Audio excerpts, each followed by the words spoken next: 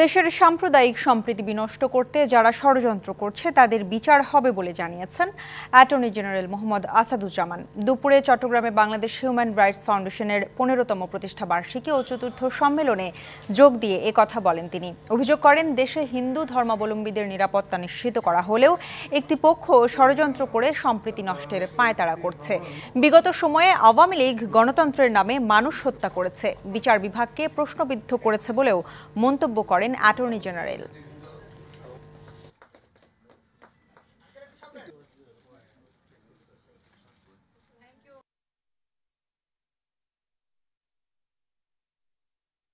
বাংলাদেশে যেখানে সংখ্যালঘুদের কোনো আক্রমণ নাই, সেই পরিস্থিতিতে বাংলাদেশে হিন্দুদের উপর আক্রমণ হয়েছে বলে এক শ্রেণীর মানুষ বাংলাদেশকে দুর্বল করতে চেয়েছে, দ্বিধাবিভক্ত করতে চেয়েছে, বাংলাদেশকে বিশ্বের কাছে হেয় করতে চেয়েছে।